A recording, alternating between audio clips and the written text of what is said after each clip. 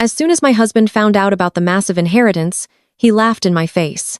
"Sign the divorce papers and get out," he yelled, claiming he was a millionaire now. He filed for divorce, and I signed it without a second thought. But the moment the estate lawyer read the secret clause in the will, my soon-to-be ex-husband screamed in absolute horror.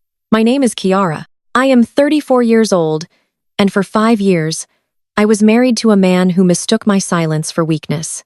I work as a forensic accountant, though my husband and his family always dismissed me as a glorified desk jockey who just pushed papers around all day. They had no idea that my job involved dismantling fraudulent empires and tracking hidden assets for high, net-worth clients. They also had no idea that I secretly owned a highly lucrative private venture capital firm. To them, I was just plain boring Kiara, a woman who did not deserve to sit at their prestigious dinner table. The defining moment of my life happened on a humid Tuesday afternoon in an affluent suburb of Atlanta. We were gathered at the sprawling estate of Uncle Silas for his repast. Uncle Silas was the patriarch of my husband's family, a self-made real estate mogul who built his empire from the ground up. He was a tough, no-nonsense man who demanded excellence, while the rest of the family spent their time asking him for handouts and treating him like a personal bank account. I was the only one who ever sat with him to actually discuss market trends, property acquisitions, and asset management. He respected me, and I respected him, but unfortunately, Uncle Silas had passed away unexpectedly, leaving his entire family waiting like vultures to pick his estate clean. The repast was supposed to be a time of mourning, but the atmosphere in the grand dining room felt more like a celebration. Classic rhythm and blues played softly from the surround sound speakers, mingling with the rich scents of fried chicken, collard greens, and baked macaroni and cheese. Dozens of relatives dressed in expensive black mourning attire mingled and laughed, holding crystal glasses filled with top-shelf liquor. My husband, Dion, who was 36 years old and held a useless vice president title at a small logistics company, was holding court in the center of the room. He had a drink in his hand and a wide, arrogant smile on his face. I was standing quietly near the buffet table, serving myself a small portion of macaroni and cheese. I wanted nothing more than to eat my food in peace and leave. That was when my phone buzzed with an automated alert from the state court system. But before I could even look at the screen, a heavy manila folder was slammed violently onto the table right in front of me. The impact sent a glob of cheese sauce flying through the air, landing directly on the collar of my pristine white silk blouse. I slowly looked up from the ruined fabric to see Dion standing over me. His chest was puffed out, and he was gripping his smartphone so tightly his knuckles were turning pale. He had just received an email from the estate executives, and the sheer greed radiating from his eyes was blinding. "Sign the divorce papers, Kiara," he announced, his voice booming loud enough to bring the entire room to a dead halt. The music seemed to fade away as every single relative turned to stare at us. Don did not care about the audience. In fact, he reveled in it. "I am done carrying dead weight. I just got the official confirmation from the estate. I am the sole heir to $15 million and the controlling shares of Uncle Silas's company. I am a multi-millionaire now." I stood there staring at the folder resting against my plate. I did not cry. I did not scream. I calmly picked up a linen napkin and dabbed the cheese sauce off my blouse. Dion took my silence as submission and continued his public humiliation. "You have been holding me back for years with your boring middle-class mindset," he sneered. "You do not belong in my world, and to be completely honest, I have already moved on. Chloe is pregnant with my son, a real heir to the Silas bloodline. So, pack your cheap suits and get out of my house. I have already filed the paperwork online. All you have to do is sign this physical copy so my lawyer can expedite the process." A collective gasp echoed through the dining room, followed immediately by hushed whispers. Chloe was a 24-year-old receptionist at Dion's office. I had known about his infidelity for months. As a forensic accountant, tracking his secret hotel charges and jewelry purchases was child's play. I had simply been biding my time gathering irrefutable evidence. Before I could respond, my mother-in-law Beatrice stepped out from the crowd. She was 60 years old, draped in excessive black lace and wearing a string of pearls that she adjusted with a condescending smirk. Beatrice had always despised me. She believed her family was the absolute pinnacle of Atlanta society and that I was completely beneath them. "Finally," Beatrice declared, clapping her hands together in dramatic relief. "This family needs a woman of true Atlanta excellence, not a glorified desk jockey who spends her days crunching other people's numbers to pay off her student loans. Dion is destined for the elite. He is going to be a titan of industry, and he needs a wife who understands high society. You were always just a placeholder, Kiara. Be a good girl. Sign the papers and walk away before we make things difficult for you. My sister-in-law, Tasha, stepped up right beside her mother. Tasha was 32, obsessed with designer labels, and constantly trying to project an image of extreme wealth despite having no actual career. She crossed her arms, showing off a brand new diamond bracelet. Beatrice is right, Tasha chimed in, laughing maliciously. You do not fit in here, Kiara. You never did. You are always so obsessed with budgets and savings. It is embarrassing. Dion is about to buy a mansion in Buckhead, and you are going to be stuck living in some cramped apartment. Just sign the paper and go back to your miserable little spreadsheets. I looked at the three of them. Dion looking smug and victorious. Beatrice radiating elitist pride. Tasha glowing with unearned arrogance. They truly believed they held all the power. They believed I was trapped, broken, and humiliated. I reached into my leather purse and pulled out my custom Lank pen. The heavy gold barrel caught the light of the crystal chandelier above us. I uncapped the pen with a soft click. You want freedom, Dion? I asked, my voice smooth and perfectly calm. You got it. I flipped the manila folder open, turned directly to the signature page, and signed my name with fluid, elegant strokes. I did not hesitate for a single fraction of a second. I closed the folder and held it out to him. Don snatched the folder from my hand, a massive grin breaking across his face.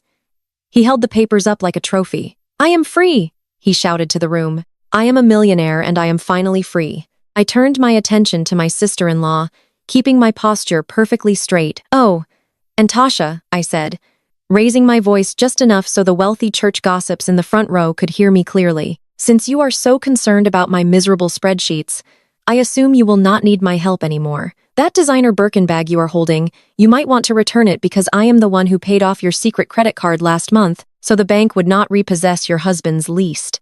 Lexus, your cards are cut off as of today. Good luck maintaining your high society image with zero credit. Tasha's jaw dropped. The smug smile vanished from her face, instantly replaced by a deep flushed humiliation as the relatives around her began whispering furiously. Don ignored his sister's embarrassment. He was too drunk on his own perceived power. He turned toward the back of the room and gestured wildly. Lawyer Harrison, get up here. Read the will out loud. I want everyone in this room to hear exactly what Uncle Silas left me. I want everyone to know who is running this family now. Lawyer Harrison, an older, distinguished man in a sharp charcoal suit, stepped forward from the shadows of the hallway. He was the primary executive of Uncle Silas's estate. He carried a thick, leather-bound portfolio under his arm. He did not look happy. In fact, he looked at Dion with a mixture of profound pity and utter exhaustion. Harrison cleared his throat and pushed his wire-rimmed glasses up the bridge of his nose. He glanced down at the freshly signed divorce papers, tightly gripped in Dion's hand. Dion Harrison began his voice growly and serious. Are you absolutely certain you want to officially execute these divorce papers today? File them right now, Dion barked, waving his hand impatiently. I want her completely gone. I do not want her having access to a single dime of my new fortune.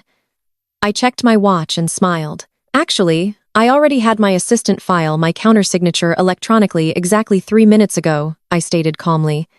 It is in the state court system. It is legally binding and irreversible as of right now. Lawyer Harrison let out a long, heavy sigh.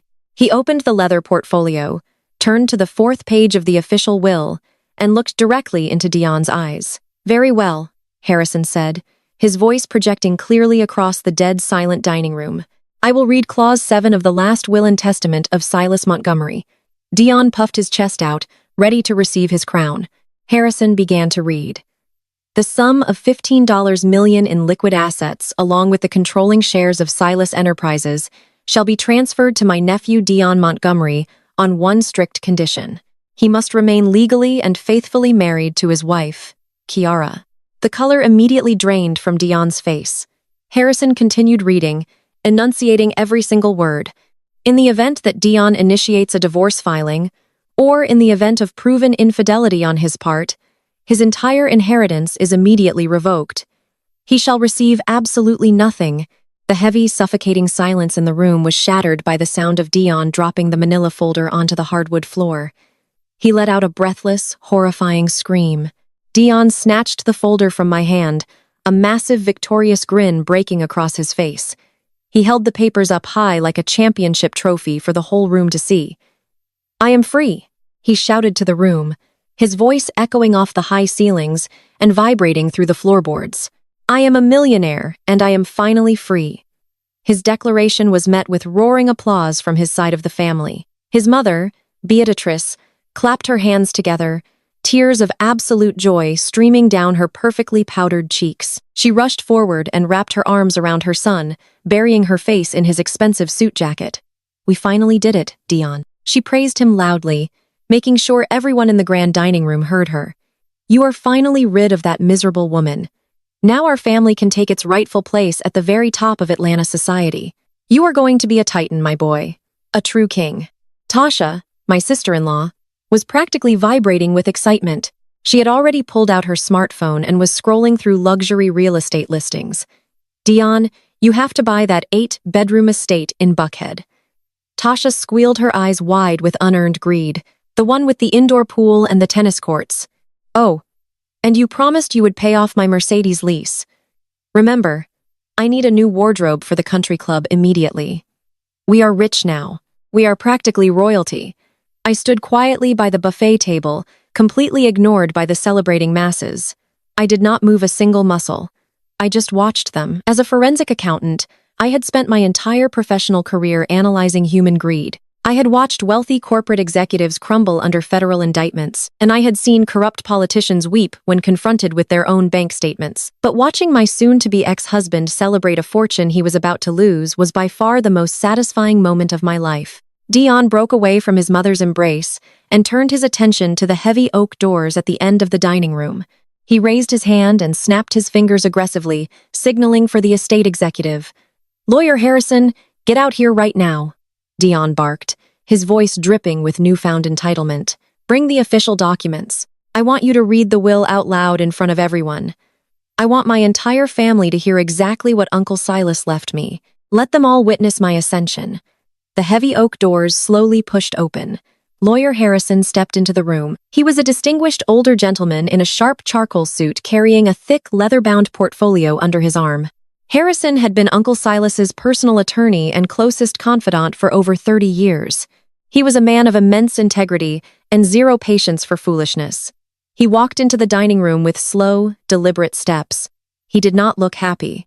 In fact, he looked at Dion with a mixture of profound pity and utter exhaustion. Harrison adjusted his wire-rimmed glasses and cleared his throat.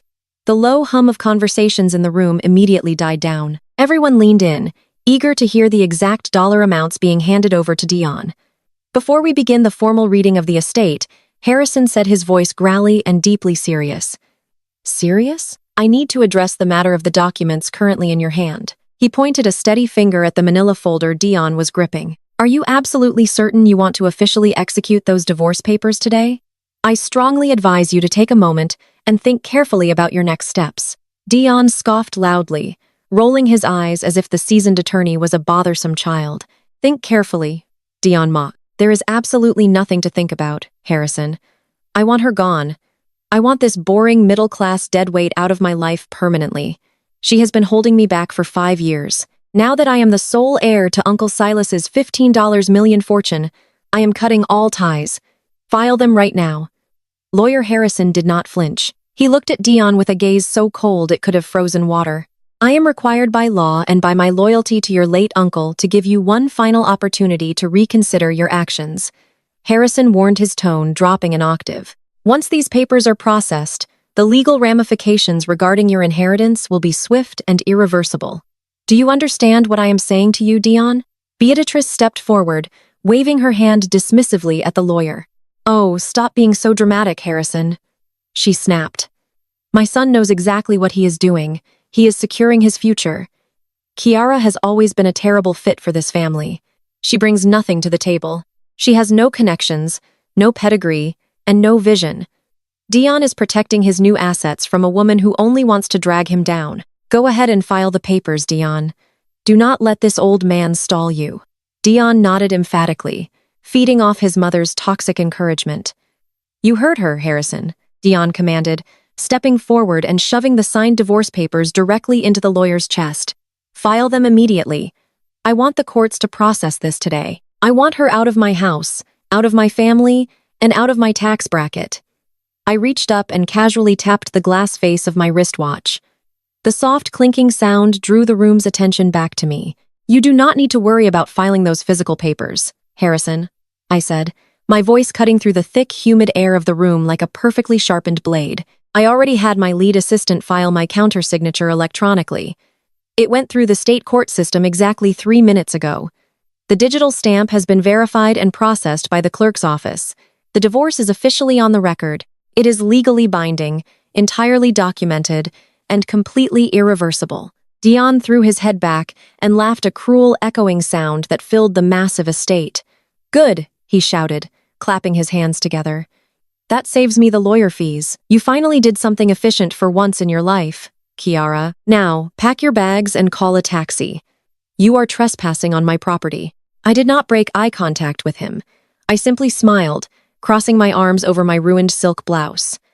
"Read the will, Harrison," I instructed softly.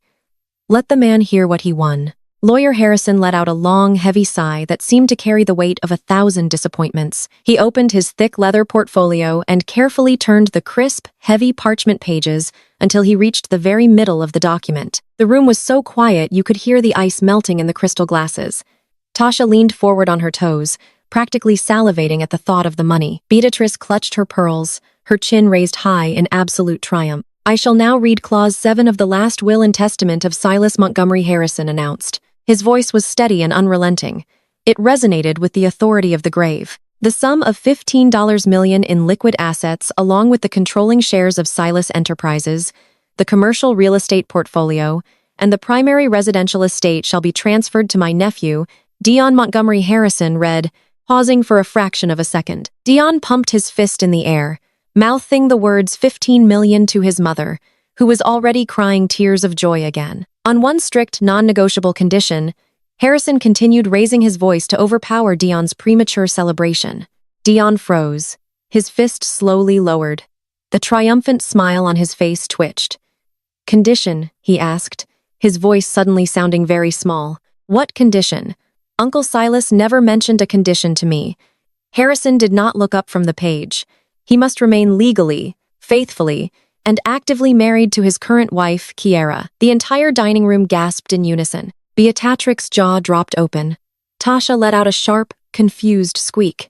Dion stood paralyzed, his eyes wide and unblinking, as the words slowly processed in his arrogant brain. "I wrote this specific clause because Kiara is the only person in this family with the financial intelligence, the moral integrity, and the strength of character required to manage my legacy," Harrison read, quoting Uncle Silas's exact words directly from the will. "Dion is easily manipulated, prone to terrible financial decisions, and lacks the discipline to lead. He will only receive this inheritance if he remains guided and grounded by Kiara's counsel as her loyal husband." Dion's chest began to heave.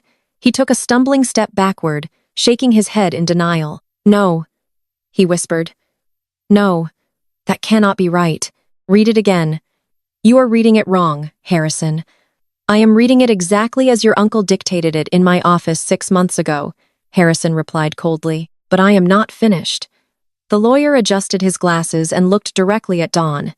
"In the event of a divorce filing initiated by either party or in the event of proven infidelity, on Dion's part, his status as the primary beneficiary is immediately revoked in its entirety. He shall be stripped of all financial claims, all property rights, and all corporate titles associated with Silas Enterprises. He shall receive absolutely nothing." The thick, suffocating silence in the room was shattered by the sound of Dion's heavy breathing. His dark eyes darted frantically between the lawyer, the divorce papers, and me. The triumphant, arrogant smile that had plastered his face just moments ago melted away, replaced by an expression of sheer, unadulterated horror. His skin turned an ashen shade of gray. The reality of his colossal mistake was crashing down on him with the force of a falling building.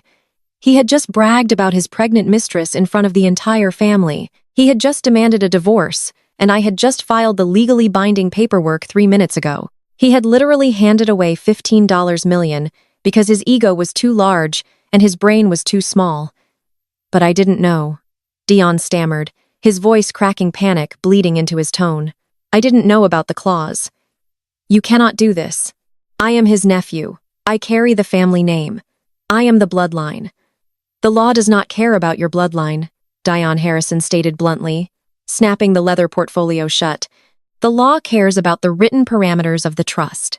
By openly declaring your infidelity with this Chloe woman today, and by confirming the electronic filing of your divorce papers, you have explicitly violated the core stipulations of Clause 7.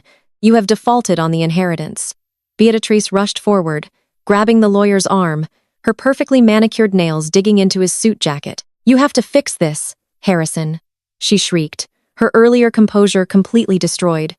You have to tear up those divorce papers. Pretend this never happened. Dion was just angry. He didn't mean it. Kiara, tell him to cancel the filing. Cancel it right now. You owe this family. I looked at my mother-in-law, feeling a cold, satisfying smile spread across my face. I do not owe you anything, Beatrice. I warned you all that actions have consequences. You wanted a woman of true Atlanta excellence for your son. You wanted him to be free of his boring desk jockey wife. Well, congratulations are in order. Dion is officially free, and he is also completely, undeniably broke. The wealthy church gossip in the front row, who had just been nodding along with Beatrix's insults, were now whispering furiously behind their hands. The scandal was too delicious for them to ignore. They watched eagerly as the golden child of the Montgomery family realized he had just thrown away generational wealth for a 4-year-old receptionist. Dion fell to his knees. The sharp thud of his kneecaps hitting the polished hardwood floor echoed through the room. He reached out trying to grab the edge of the dining table to steady himself, knocking over a crystal glass in the process.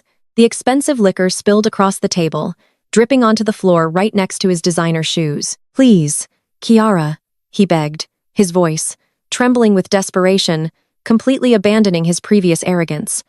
Please, you have to stop this. You know I did not mean what I said. Chloe means nothing to me. She was just a mistake. A stupid, meaningless mistake. I love you. We can go to counseling. We can fix this marriage. Just withdraw the papers. I stared down at him, feeling absolutely no pity for the pathetic man groveling at my feet. You love me, Dion?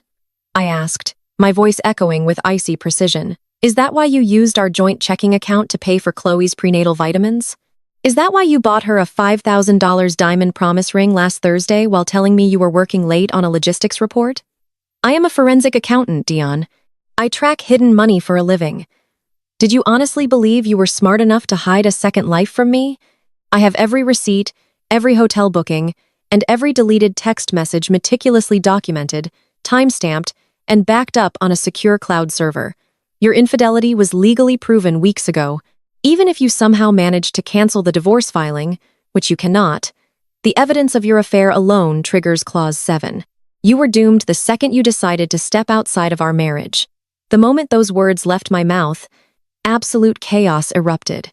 Dion scrambled up from the hardwood floor, his designer suit wrinkled and stained with spilled liquor. The reality of his complete exposure shattered the last pieces of his arrogant facade. His eyes darted wildly around the room, meeting the shocked stares of the wealthy church elders who had previously treated him like royalty. He was no longer the golden child. He was a humiliated adulterer who had just fumbled a massive, life-changing $15 million bag. Unable to process his colossal failure, Dion directed his blinding rage entirely at me. You set me up, he screamed, his face contorting into a mask of pure fury. You tricked me into signing those papers. You planned this whole thing just to steal my money with a violent movement. Dion lunged across the buffet table, his hands reaching frantically for my leather purse. Give me your phone, he demanded, his voice cracking with sheer desperation. Give me your phone right now. Cancel the filing. Cancel it right now. I did not flinch once. I did not retreat. I simply took a graceful step to the left, allowing his forward momentum to carry him straight into the edge of the heavy oak table. He stumbled awkwardly, knocking a massive silver platter of roasted vegetables onto the floor with a deafening crash. I picked up a crystal glass of iced sweet tea and took a slow, refreshing sip. The cold liquid was a perfect contrast to the suffocating tension filling the room. Actions have consequences. Dion. I stated my tone remarkably steady and conversational. You wanted to play the role of a wealthy, untouchable bachelor. You wanted to discard me in front of your entire family to feed your massive ego. I simply gave you the exact stage you requested. It is not my fault you forgot to read the script. Before Dion could attempt another lunge, Beatrice shoved her way past him, nearly tripping over her black lace gown. She inserted herself between us, desperate to reclaim control. Beatrice had spent her entire life curating a flawless image of high society perfection. Watching her beloved son humiliate himself over a 2-4-year-old receptionist and a botched inheritance was destroying her carefully constructed reality. Instead of scolding Dion for his massive betrayal, Beatrice chose absolute delusional denial. She threw her head back and let out a shrill theatrical laugh that echoed through the room. She turned to face the whispering crowd, flashing a tight smile designed to reassure the gossiping church elders. "Oh, please," Beatrice announced loudly, waving her manicured hand in the air as if swatting away a minor inconvenience. "Let us stop this ridiculous performance right now. This little stunt changes absolutely nothing. So, what if Dion made a minor mistake in his marriage? So, what if this ungrateful girl filed some petty paperwork? It truly does not matter." Beatrice turned her sharp, venomous glare toward me, her eyes burning with centuries of unearned elitist pride. "You really thought you could walk away with Silas's fortune?" she sneered, pointing a trembling finger at my face. "You thought you could use some technicality to steal the Montgomery family wealth. You are a fool, Kiara. If Dion does not receive the money, it automatically defaults to the next of kin. And as Silas's only living sister, I am the rightful matriarch of this family. The money goes to me." Beatrice spun around to face the estate executive, her posture rigid with entitlement. "Read the rest of the document, Harrison," she commanded, snapping her fingers at the seasoned attorney. "Read the contingency clause so this miserable little accountant can finally understand her place. Tell her that the $15 million and the controlling shares belong to me." Lawyer Harrison did not look intimidated by Beatrix's shrill demands. He slowly pushed his wire, rimmed glasses up the bridge of his nose, and let out another heavy, exhausted sigh. He looked at Beatrice with an expression of profound, unfiltered pity. "Beatrice, I strongly advise you to compose yourself," Harrison warned gently, his growly voice cutting through her delusional rant. Silas was a meticulous businessman. He did not leave his legacy to chance, and he certainly did not leave it to default bloodlines.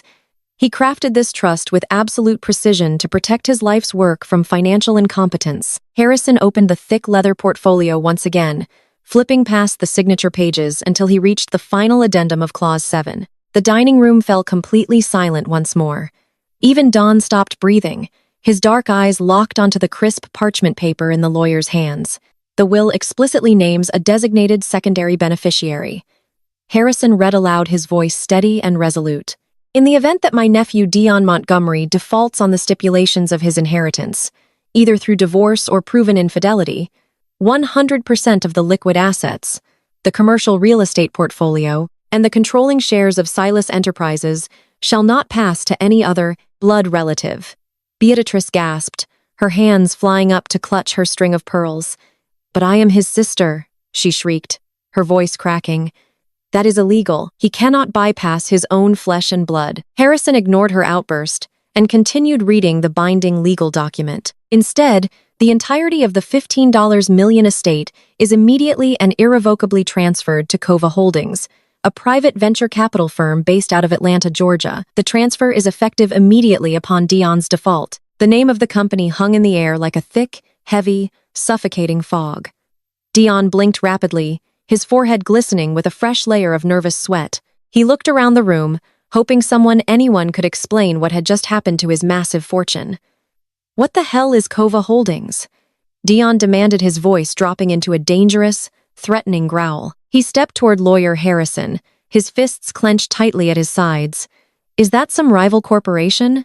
Did Uncle Silas sell out his own family to a bunch of corporate suits who owns Cova Holdings?" I slowly lowered my crystal glass of sweet tea, setting it down onto the wooden buffet table with a sharp, deliberate clink. The sound drew Dion's furious gaze away from the lawyer and directly back to me. I stood perfectly straight, smoothing down the front of my tailored slacks, shedding the timid, quiet persona I had worn for the past 5 years. It is a private venture capital firm, I stated calmly, my voice projecting clearly across the massive dining room. My firm, I am the sole founder and chief executive officer of Kova Holdings. A collective deafening gasp erupted from the dozens of relatives standing around us.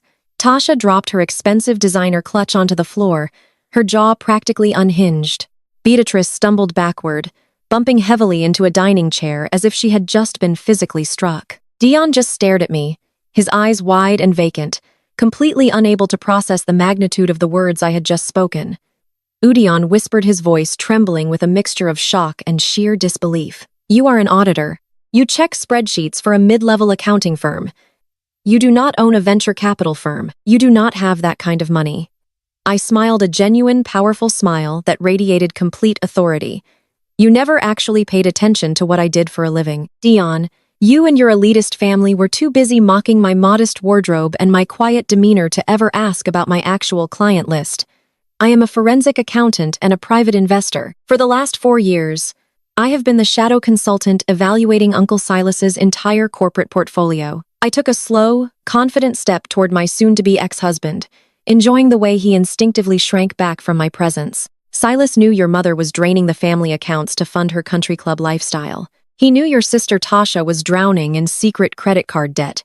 And he knew you lacked the basic business acumen to run a lemonade stand, let alone a multi-million-dollar real estate empire. He trusted me to audit his businesses, and he trusted me to protect his legacy from your boundless greed. We spent months secretly drafting this exact contingency plan in Harrison's office. Dion shook his head violently, refusing to accept his crushing defeat. You manipulated him, Dion accused, pointing a shaking finger at my face. You brainwashed a dying old man to steal my birthright. You planned this from the very beginning. I laughed softly, shaking my head at his endless victim mentality. I did not plan your blatant infidelity, Dion. I did not force you to impregnate a 24-year-old receptionist, and I certainly did not force you to slam divorce papers onto my plate in front of your entire family. You made those catastrophic choices entirely on your own. Uncle Silas just gave you enough rope to hang yourself, and you gladly tied the knot. I turned my attention to Beatrice and Tasha, who were both watching me with expressions of pure, unadulterated terror. You wanted to know my place in this family, Beatrice? I asked, my voice ringing with undeniable power. My place is at the absolute top of the food chain. I own the $15 million. I own the controlling shares of Silas Enterprises. And as of 3 minutes ago, I own the very ground you and your entire family are standing on right now. I pulled my car onto the pristine, tree-lined street of our upscale Buckhead neighborhood. The very next morning, the bright Georgia sun was just beginning to hit the towering brick facades of the luxury townhouses, casting long, elegant shadows across the immaculate sidewalks.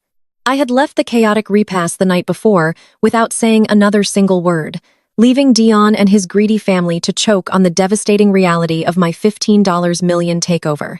I knew my soon-to-be ex-husband would not take his crushing defeat quietly.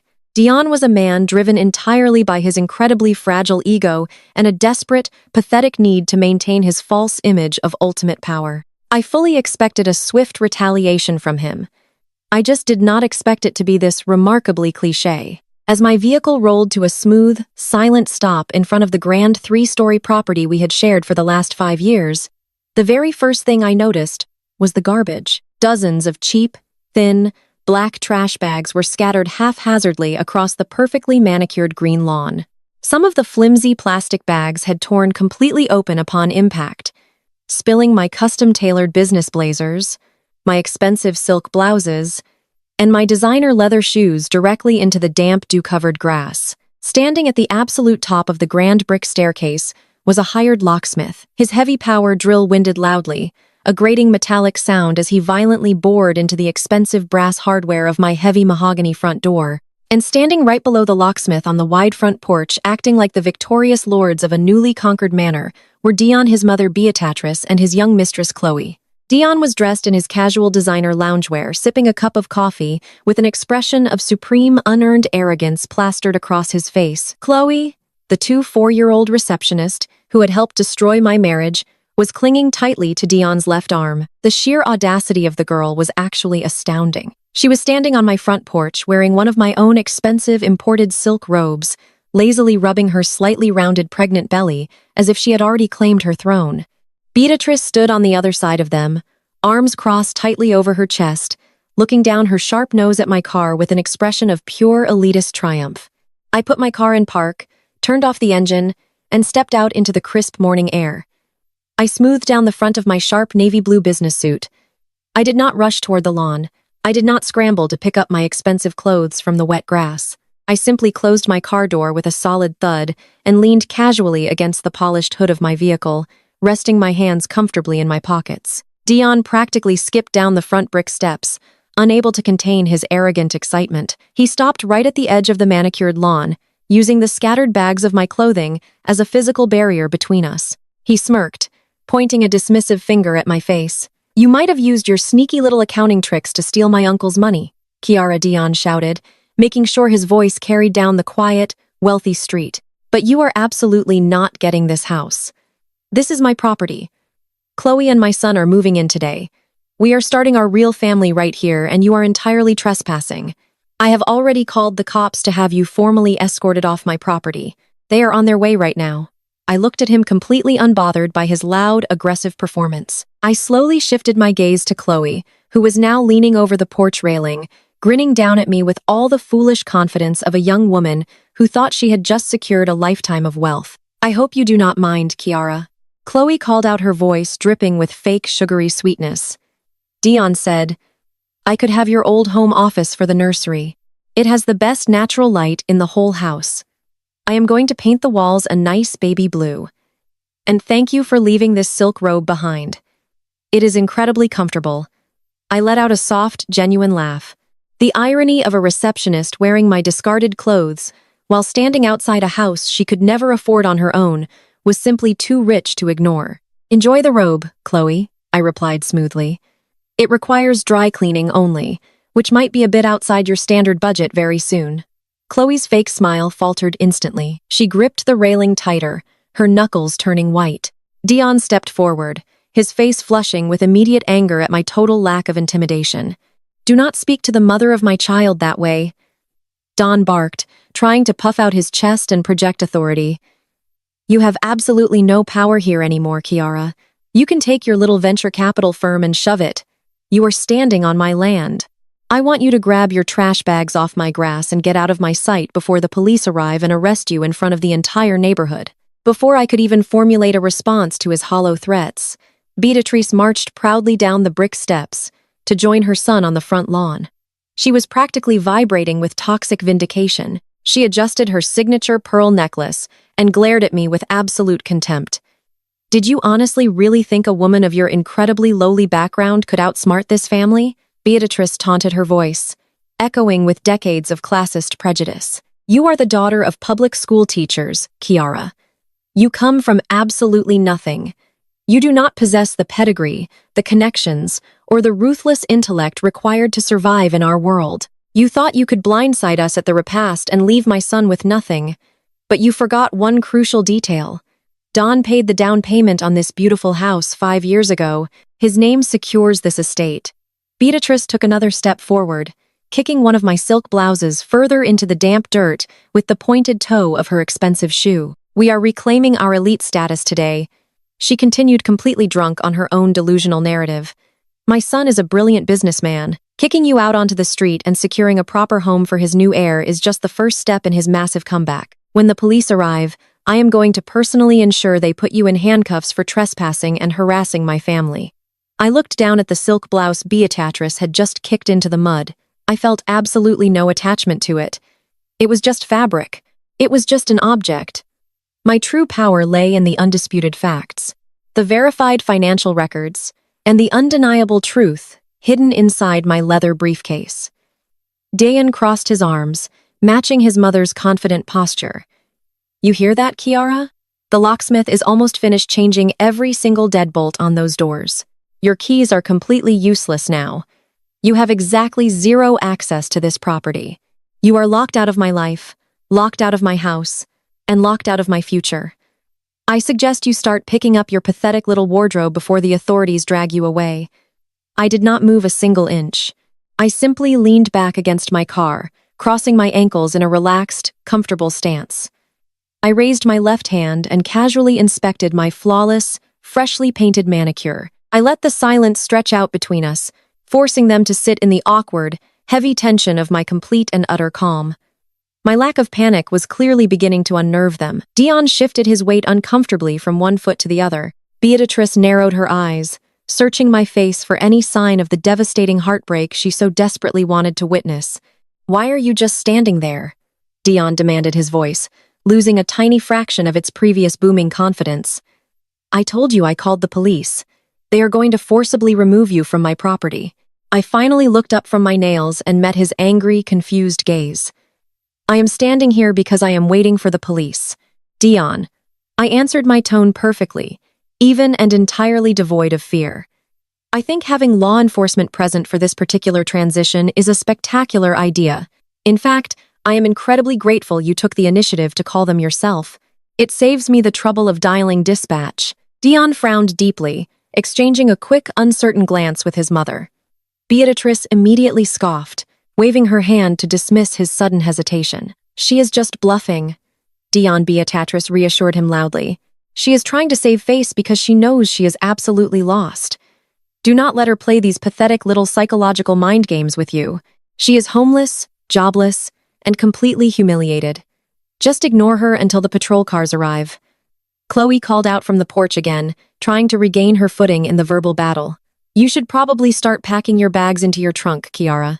The grass is getting them all wet. It is honestly just sad to watch you stand there acting like you still own the place." I smiled up at the young, naive girl wearing my stolen robe. "Oh, Chloe," I replied softly, my voice carrying a sharp, dangerous edge. "You have absolutely no idea how property law works in the state of Georgia, do you? But do not worry. You are about to get a very thorough, highly educational crash course in real estate foreclosure." The low, distant wail of police sirens suddenly echoed through the crisp morning air, cutting off whatever foolish response Chloe was preparing to shout back at me. The sound grew steadily louder, bouncing off the brick facades of the wealthy neighborhood. Dion's face lit up with renewed, arrogant joy. He turned to look down the street, his chest puffing out with absolute pride as a white and blue Atlanta police cruiser turned the corner and headed directly toward our location. "Finally," Dion announced, turning back to glare at me with pure, unfiltered malice. "The authorities are here. Your little staring contest is officially over.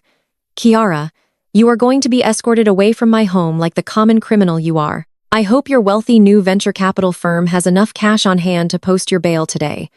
I pushed myself off the hood of my car and stood up straight, smoothing down my tailored suit jacket one final time. I reached into my leather briefcase and wrapped my fingers firmly around a thick, legally certified folder. I listened to the police cruiser pull up right behind my vehicle, the tires crunching softly against the pavement. Dion was smiling a massive, victorious smile, completely convinced that the police were coming to arrest me and throw me out of the neighborhood. But I was smiling too.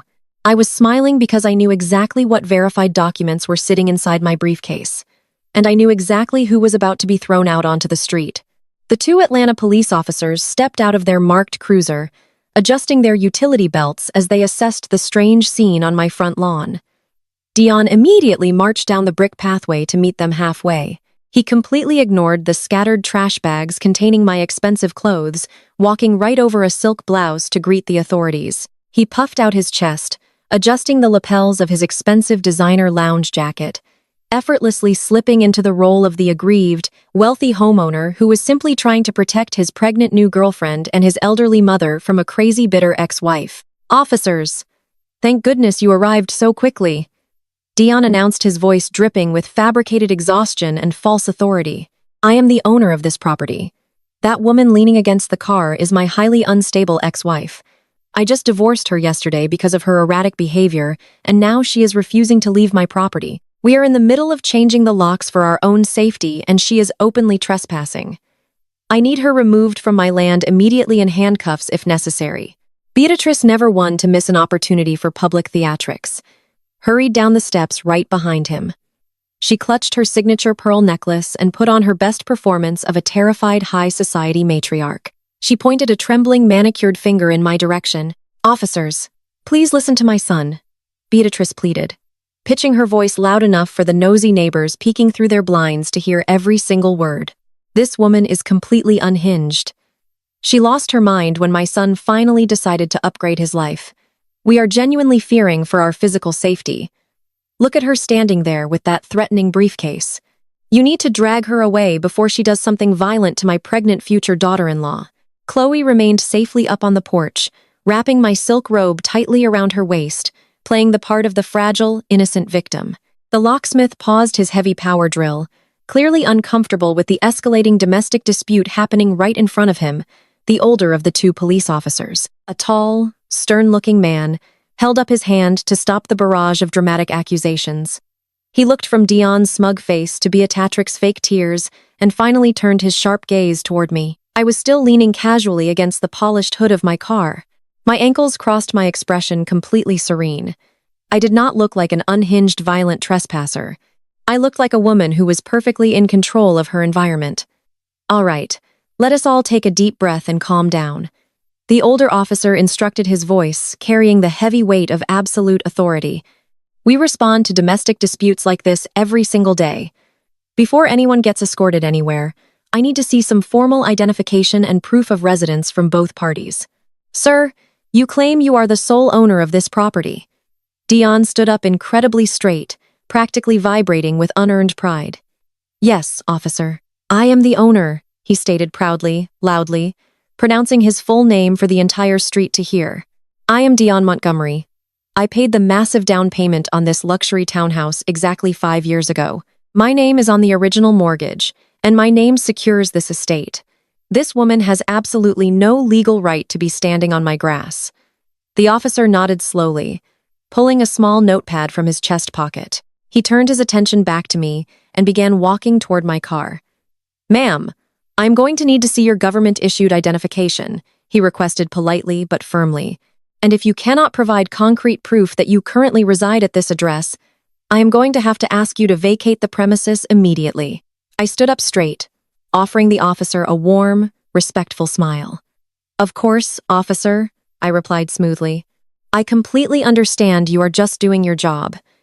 In fact, I am fully prepared to make your job incredibly easy today. I reached into my briefcase and pulled out the thick, legally certified folder I had prepared specifically for this exact moment.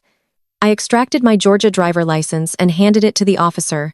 As he inspected my identification, I handed him the heavy folder. It contained documents adorned with bright official state seals and verified county stamps. Officers, please run that specific deed through your county database right now.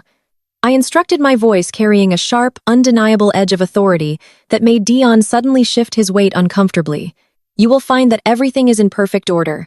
I slowly turned my body away from the police officers and locked my eyes directly onto my soon-to-be ex-husband.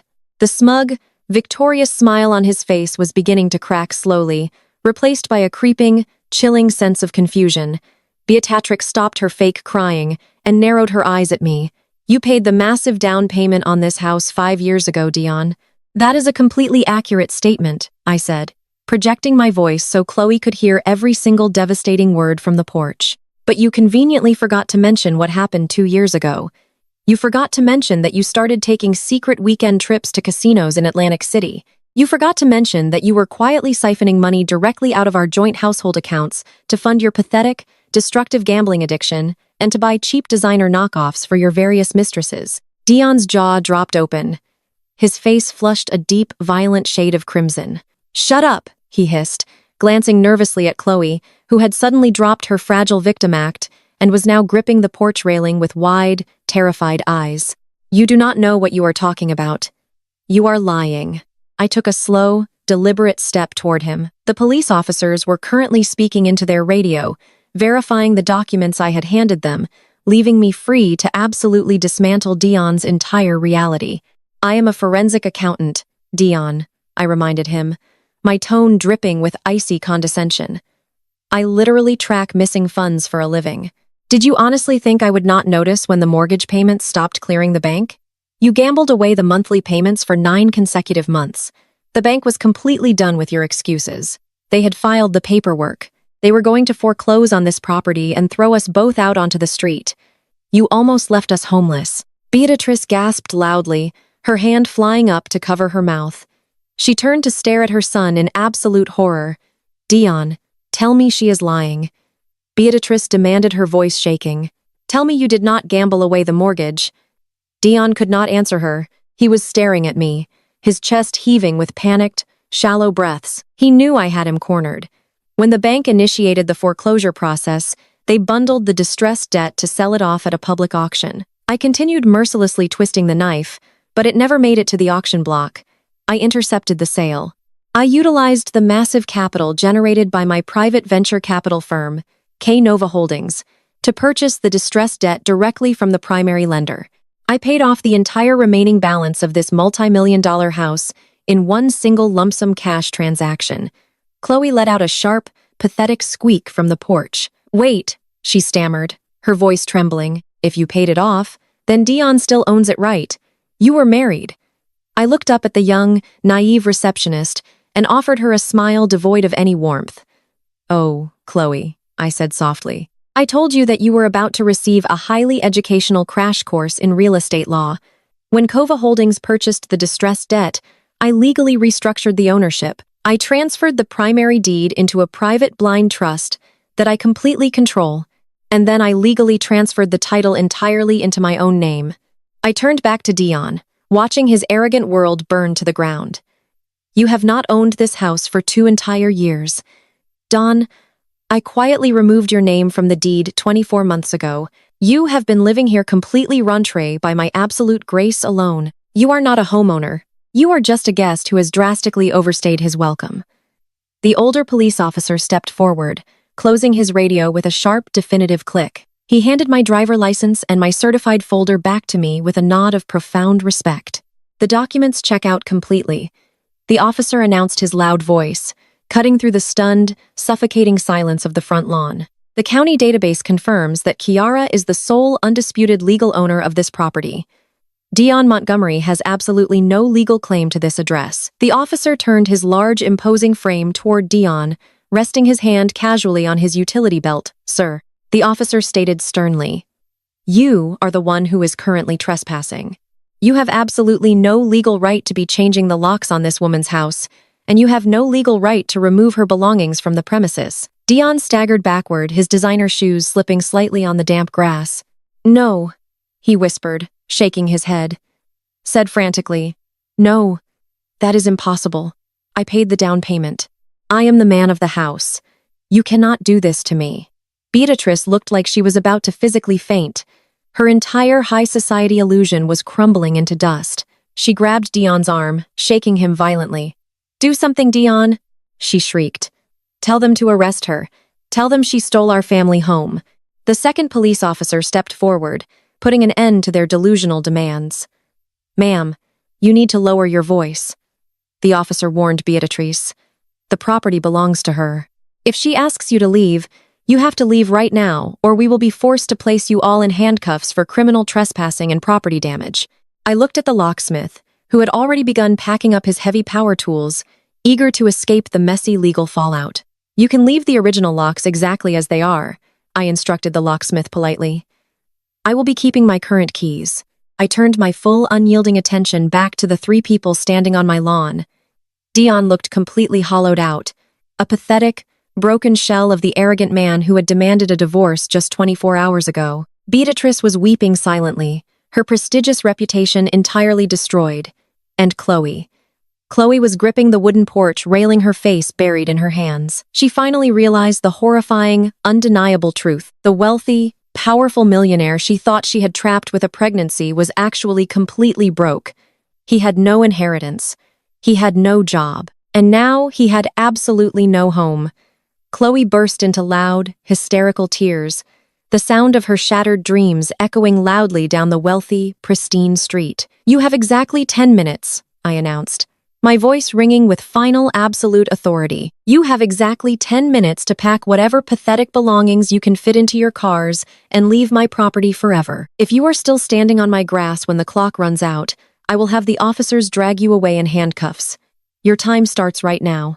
Get out of my sight. Dion stood completely frozen, his mouth opening and closing like a suffocating fish, entirely unable to process the absolute finality of my command. Beatrice let out a loud, dramatic wail, clutching her chest as she finally realized her luxurious, unearned lifestyle was going up in flames. Chloe continued to sob uncontrollably on the porch, her hands trembling as she clutched the railing, the harsh reality of her terrible life choices crashing down upon her. The two police officers simply crossed their arms, standing their ground and waiting for the 10-minute countdown to expire before Dion could even attempt to formulate another pathetic excuse. The sharp, deafening sound of screeching tires violently shattered the tense morning silence. A brand-new matte black Mercedes-Benz G-Class SUV came hurtling around the corner of the pristine suburban street. The heavy, expensive vehicle swerved aggressively toward my driveway, the massive tires biting harshly into the pavement. The driver slammed on the brakes, bringing the luxury SUV to an abrupt, dramatic halt right behind the parked police cruiser. The driver's side door flew open, and my sister-in-law Tasha stepped out onto the asphalt. She was practically vibrating with toxic, unearned arrogance. Tasha was dripping head to toe in flashy designer labels. She wore a pair of oversized dark Chanel sunglasses, a glaringly expensive Gucci silk blouse, and towering Christian Louis Vuitton heels that clicked sharply against the pavement. She slammed the heavy door of the G-Class shut and marched straight toward my front lawn, her eyes locked onto me with pure, unfiltered malice. She had clearly received a frantic text message from Beatrice and had rushed over, fully prepared to defend her brother and her mother. Tasha did not care that two armed police officers were standing right there. She did not care that her brother was looking completely defeated. She only cared about protecting her fragile, fabricated image of absolute superiority. "You manipulative witch!" Tasha shrieked, pointing a long, perfectly manicured finger directly at my face. Her voice echoed down the quiet street, drawing even more attention from the nosy neighbors who were already watching the spectacle. "You honestly think, because you used some dirty, underhanded accounting trick to steal a house, that you are somehow better than us? You are nothing, Kiara. You are absolute trash." Tasha marched up the brick pathway, her designer heels sinking slightly into the damp grass, completely ignoring the scattered trash bags containing my clothes. She positioned herself right next to her trembling mother, throwing her shoulders back as if she were a queen defending her royal castle. "You picked the wrong family to mess with." Tasha continued, her tone dripping with toxic elitist venom. "I represent the absolute pinnacle of Atlanta high society. I sit on the boards of the most exclusive charities. I dine with the most powerful people in this state. I know everyone who matters. And I swear to you right now, I will have you completely blacklisted from every single country club, every single networking event, and every single business circle in this entire city. You will never work in Atlanta again.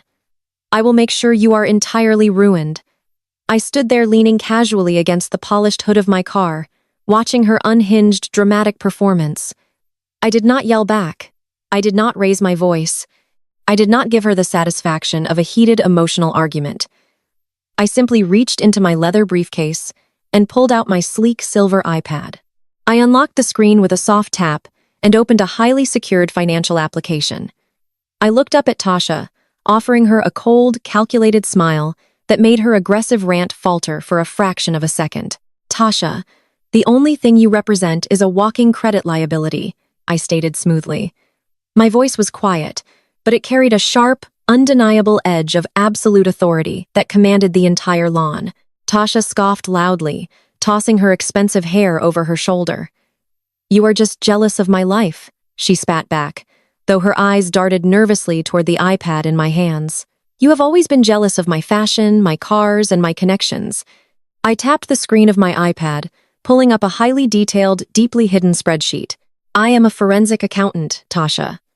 I reminded her, my tone devoid of any warmth. "Tracking money is my entire profession. Did you really think you were smart enough to hide your fraudulent financial habits from me? Did you honestly believe I would not notice when you started siphoning funds to maintain your pathetic fake socialite image?" Tasha's face suddenly lost a significant amount of color. She took a tiny, involuntary step backward. "What are you talking about?" she demanded, her voice losing its aggressive volume. I turned the iPad screen slightly, so she could see the endless rows of bright red numbers and highlighted transaction records. "For the last 14 months, you have been secretly using a set of corporate business credit cards to fund your ridiculous high society lifestyle." I revealed, speaking clearly so the police officers and Dion could hear every single devastating word. Cards that were originally issued under a subsidiary shell company managed by my firm. You somehow intercepted the mail, activated the cards, and decided to treat them like your own personal piggy bank. Beatrice gasped, turning to look at her daughter in absolute horror. Tasha, tell me she is lying. Beatrice pleaded, her perfect world crumbling even further. Tell me you did not steal credit cards. Tasha could not answer. Her mouth opened and closed, but no sound came out. The arrogant, untouchable socialite was completely paralyzed by her sudden, brutal exposure. You used my business accounts to buy that Gucci blouse you are wearing right now. I continued reading effortlessly from the glowing screen. You used them to pay for your exclusive country club membership dues. You used them to buy thousands of dollars worth of champagne at Phipps Plaza just last week to impress women who do not even actually like you. You have racked up over $80,000 in fraudulent charges. Tasha, you are not a wealthy socialite. You are a common thief wearing stolen couture. Tasha began to shake. Her manicured hands trembled uncontrollably. You cannot prove that, she whispered, desperately, glancing at the two police officers who were now watching her with extreme professional interest. It is a misunderstanding. It is a clerical error. It is documented fraud. I corrected her sharply. But do not worry, Tasha. I am an incredibly efficient problem solver. I am fixing the clerical error right now. With one single deliberate tap of my index finger on the glowing screen of my iPad, I initiated a complete, irreversible financial lockdown. I just permanently canceled every single one of those business credit cards I announced, turning off the screen and sliding the iPad back into my briefcase. Your endless shopping spree is officially over. The accounts are frozen, the fraud department has been automatically notified. And your completely fake lifestyle is entirely dead. Tasha let out a loud, dramatic wail. She clutched her head, her oversized sunglasses slipping down the bridge of her nose. You cannot do this to me, she shrieked, her carefully constructed image shattering into a million pathetic pieces. I have luncheons to attend. I have gala tickets to buy. You are ruining my life. I simply checked my watch entirely, unmoved by her pathetic, self-centered tears. Your life was already ruined, Tasha. You were just living on borrowed time and stolen money. Speaking of borrowed time, you might want to turn around. Tasha froze. Dion and Beatrice slowly turned their heads to look down the street. The deep, heavy, mechanical rumble of a massive diesel engine echoed through the quiet suburban neighborhood. A large, heavy-duty repossession tow truck was rolling slowly down the pristine street, its amber lights flashing brightly in the Georgia morning sun. The truck pulled up right alongside Tasha's brand-new matte black Mercedes-Benz G-Class SUV. Not, Tasha screamed, her voice cracking with absolute raw panic. She abandoned her family on the lawn and sprinted down the brick pathway as fast as her expensive designer heels would carry her. No, stop. What are you doing? Get away from my car. That is my vehicle. The tow truck driver, a large burly man wearing a stained canvas jacket, did not even bother to look at her. He expertly backed the heavy truck up to the front bumper of the luxury SUV. He hopped out of the cab, pulled a heavy steel lever, and the mechanical lift immediately began dropping down toward the tires of the Mercedes. I called them exactly 1 hour ago. I projected my voice so Tasha could hear me over the loud grinding gears of the tow truck. I knew you would come rushing over here the second Beatrice texted you. I also knew that you are exactly 4 months behind on your exorbitant lease payments. The dealership has been looking for that specific vehicle for weeks. I simply provided them with the exact GPS coordinates of your location. You are very welcome. Tasha threw herself against the side of the matte black SUV, frantically pounding her fists against the tinted windows. You cannot take it, she sobbed hysterically, completely losing her mind in the middle of the street. I am a Montgomery. I need this car. I have an image to maintain. Do you know who I am? Stop the truck. The tow truck driver completely ignored her frantic, embarrassing tantrum. He swiftly secured the heavy steel hooks underneath the front axle of the luxury vehicle. With a loud mechanical whine, the hydraulic lift engaged, hoisting the front tires of the expensive Mercedes high into the air.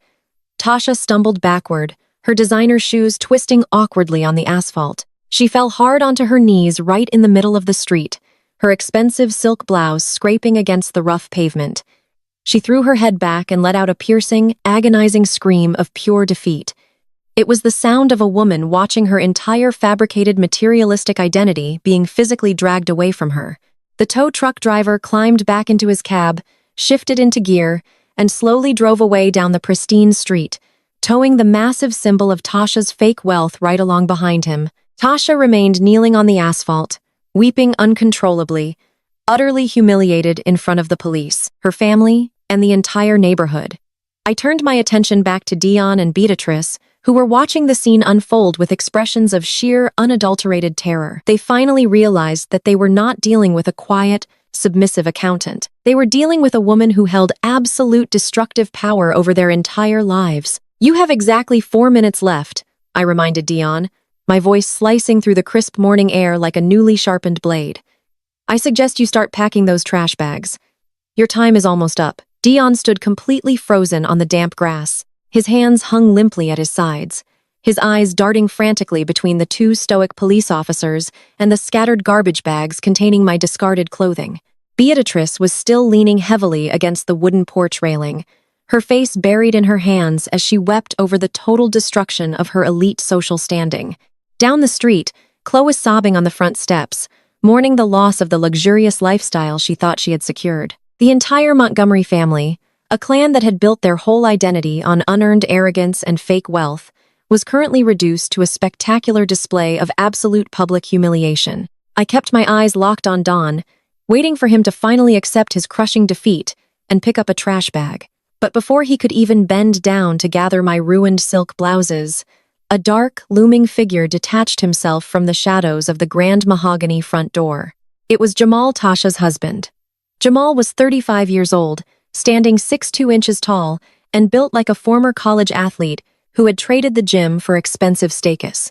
He loved to loudly introduce himself at upscale Atlanta networking events as a pioneering crypto venture capitalist. He wore a sharp, custom-tailored maroon suit with no tie, a heavy gold chain resting against his collarbone, and a luxury watch that cost more than a modest car. He spent his entire life projecting the image of a brilliant, cutting-edge tech investor who was always just one massive deal away from changing the world. In reality, Jamal was nothing more than a smooth-talking opportunist who preyed on vulnerable people's desperation for quick wealth. Jamal had been hiding inside the luxury townhouse this entire time, watching his wife lose her car and his brother-in-law lose a $15 million fortune through the front window. Now that the immediate chaos had settled slightly, and the 2 police officers were momentarily distracted by Tasha's loud continuing breakdown down the street, Jamal saw an opportunity to strike. He stepped off the porch and walked slowly toward me, his heavy footsteps thudding against the brick pathway. He did not look at Dion, who was still staring blankly at the grass. He did not check on his crying mother-in-law. He walked with a predatory, calculated swagger, his dark eyes fixed entirely on me. I watched him approach, feeling a deep, familiar sense of analytical focus settle over my mind. As a forensic accountant, I had spent the last 5 years quietly observing Jamal at mandatory family dinners and holiday parties. I had listened to his grandiose pitches about blockchain technology and decentralized finance. I had watched him convince elderly aunts and uncles to hand over their hard-earned retirement savings for his supposed guaranteed returns. I knew exactly who he was, and I knew exactly what he was about to do. Jamal stopped just 2 feet away from me, deliberately invading my personal space. He used his height and his broad shoulders to physically corner me against the polished hood of my car, trying to block me from the view of the police officers. He leaned in close, the strong, overwhelming scent of his expensive designer cologne masking the sharp underlying stench of his nervous sweat. "You think you are so incredibly smart, little girl?" Jamal whispered. His voice was a low, dangerous rumble, dripping with toxic masculinity and street-level intimidation. "You come out here with your fancy legal folders and your little tablet, tearing down this family like you are some kind of untouchable mastermind. You think because you outsmarted Dion, you can run the whole board. Dion is an idiot. We all know that. But you are dealing with me now, and I am a completely different kind of player." I did not take a single step backward. I did not avert my gaze. I stood perfectly still, looking directly up into his threatening, narrowed eyes. "You are trespassing on my property, Jamal," I stated evenly, my voice devoid of any fear. "I suggest you step back before I alert the officers standing 50 feet away." Jamal let out a harsh, arrogant chuckle, shaking his head slowly. He leaned even closer, his jaw tense with barely suppressed aggression. "You are not going to call the cops on me, Kiara," he threatened softly. "Because if you do, I will completely destroy everything you just built." You think you are the only one in Atlanta who knows how to play the corporate game. I know people in the streets, and more importantly, I know high-level people working inside the IRS. I have connections you cannot even begin to comprehend. I raised a single eyebrow, maintaining my absolute unwavering composure. Is that right, Jamal? I asked dryly. And what exactly are your imaginary federal connections going to do to me? Jamal smirked clearly, believing he had just gained the upper hand. He crossed his arms over his broad chest, trying to look like a mafia boss dictating terms. You are going to hand over a 50% cut of Silas's estate right now, Jamal demanded, his voice hardening into a cold, ruthless command. You are going to wire $7.5 million into an offshore account that I control. If you refuse, I will personally fabricate a digital paper trail that proves Kova Holdings is nothing but an elaborate money laundering front. I will plant fake transaction records, linking your venture capital firm to illegal offshore gambling syndicates. I will have the feds knocking on your door by midnight tonight. He paused, letting his heavy, ridiculous threat hang in the crisp morning air. You will lose the house, the business, and your freedom, he added maliciously. So, you either pay me my cut today or you spend the rest of your pathetic life rotting in a federal prison. The choice is yours, little girl. I stood there pinned between my car and his large, clear's throat intimidating frame. I listened to his elaborate cinematic blackmail scheme with absolute clinical detachment. He truly believed he was starring in a gangster movie. He thought his deep voice and his vague threats of federal investigations would force me to surrender half of a $15 million fortune out of sheer, unadulterated terror. He thought I was just a timid, easily frightened auditor who had gotten lucky with a real estate technicality. I looked Jamal up and down slowly, taking in his expensive maroon suit, his flashy gold chain, and his desperate, sweating forehead. A slow, genuinely amused smile spread across my face. I could not help it. His arrogance was just too spectacularly foolish to take seriously. I did not yell for the police. I did not scream for help. I did not tremble or beg or negotiate. I simply reached back into my genuine leather briefcase and smoothly pulled out my sleek silver iPad. Jamal frowned, his confident smirk, faltering slightly as he watched me unlock the glowing screen. What are you doing? He demanded, a tiny fraction of uncertainty bleeding into his aggressive tone. Put that away and listen to me. I am not playing games with you, Kiara. I ignored his blustering demands entirely. I swiped across the glass screen, opening a highly secured encrypted application that housed my most sensitive financial investigations. I tapped a specific folder, labeled with his name, and looked back up into his confused, angry eyes. You want to talk about digital paper trails, Jamal? I asked, my voice dropping into a razor-sharp whisper that carried the lethal weight of absolute verified truth. Let us talk about paper trails. Let us talk about the Community Uplift Crypto Fund you aggressively promoted and started last year at the First Baptist Church. Jamal froze. The color instantly drained from his face, leaving his skin looking sickly and pale. His arms dropped slowly to his sides. The threatening predatory posture he had held just moments ago vanished entirely, replaced by a sudden, rigid, overwhelming panic. He took a tiny, involuntary step backward, putting much-needed space between us. How do you know about that fund? Jamal stammered, his voice suddenly sounding incredibly weak and breathless. That is private business. It has nothing to do with you. I took a step forward, completely reclaiming the physical space he had just abandoned. I turned the glowing iPad screen just slightly, allowing him to see the endless rows of detailed financial data, offshore routing numbers, and highlighted transaction timestamps illuminating the glass. Nothing in this family's financial history is private to me, Jamal, I stated coldly, my eyes locking onto his terrified gaze. I am a professional forensic accountant. I hunt down fraudulent cowards who steal from innocent people for a living. You stood at the pulpit of that church, looking directly into the eyes of elderly black men and women who had worked hard their entire lives. You promised them that your crypto fund would double their meager retirement savings. You told them you were building generational wealth for the community. You took their checks, Jamal. You took their trust. Jamal began to shake. His chest heaved rapidly under his expensive maroon suit. The loud, arrogant venture capitalist was completely gone, replaced by a terrified, cornered criminal who realized his entire house of cards was currently sitting in the palm of my hand. You do not understand, Jamal pleaded desperately, glancing around to make sure the police officers were still standing by the road safely out of earshot. It was a bad investment cycle. The market crashed. The crypto tokens lost value. I did not steal anything. It was just a terrible market fluctuation. You cannot prove otherwise. I let out a harsh, unforgiving laugh. I did not buy his pathetic excuses for a single second. Do not insult my intelligence, Jamal, I commanded sharply. The market did not crash. You never invested a single dime of their money into any cryptocurrency tokens. I tracked the capital from the exact moment it left the church's community bank account. I followed every single digital transfer, every hidden wire routing, and every fake shell company you established to cover your tracks.